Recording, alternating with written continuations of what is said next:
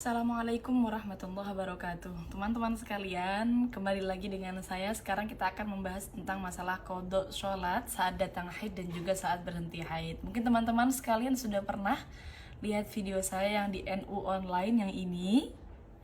Nah, karena kemarin kita pembahasannya di story tentang qadha sholat saat datang haid dan berhenti haid yang ini, maka saya rasa perlu lagi untuk bikin videonya.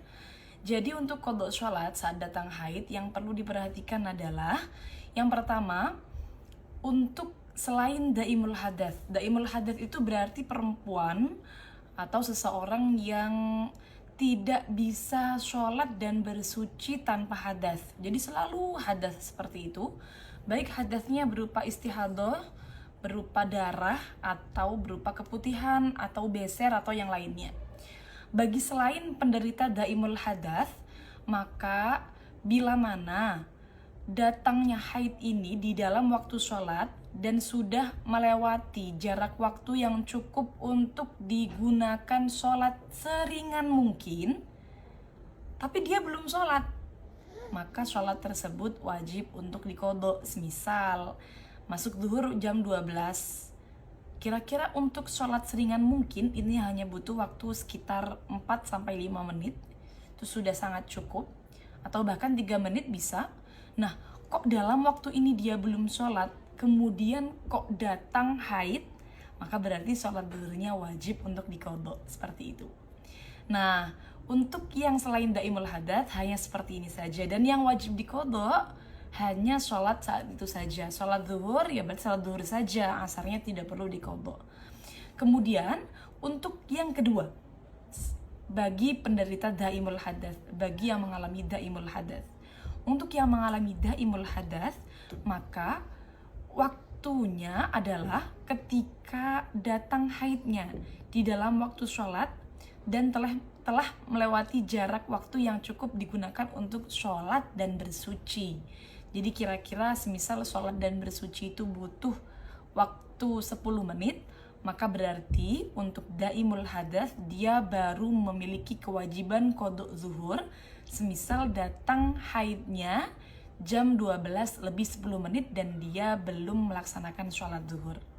Semisal jam 12 lebih 5 menit kok datang haid, dia belum melaksanakan sholat zuhur, bagi penderita daimul hadas dia tidak memiliki kewajiban mengqadha sholat zuhurnya.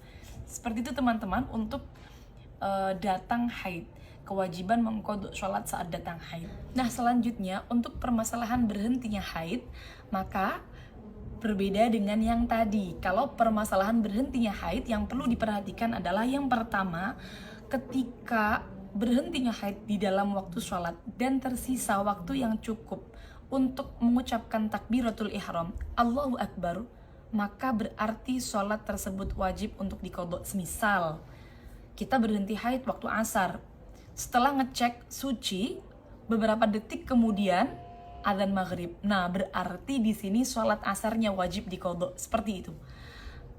Tidak seperti ketika datangnya haid tadi ya.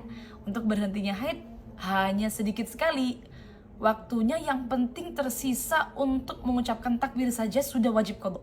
Seperti itu. Nah, yang perlu diperhatikan teman-teman sekalian, kalau berhentinya haid di dalam waktu sholat dan ternyata cukup untuk melaksanakan sholat dan bersuci, maka tidak boleh menunda sholat tersebut hingga keluar waktu atau memilih untuk qadha. Seperti itu, jangan sampai kemudian menunda-nunda suci sampai akhirnya sholatnya menjadi qadha. Dan juga yang perlu diperhatikan ketika berhenti di waktu asar dan juga di waktu isya, yang wajib diqadha tidak hanya sholat saat itu saja, melainkan sholat sebelumnya yang bisa dijamak juga. Jadi kalau asar berhentinya, maka juga wajib mengqadha zuhur.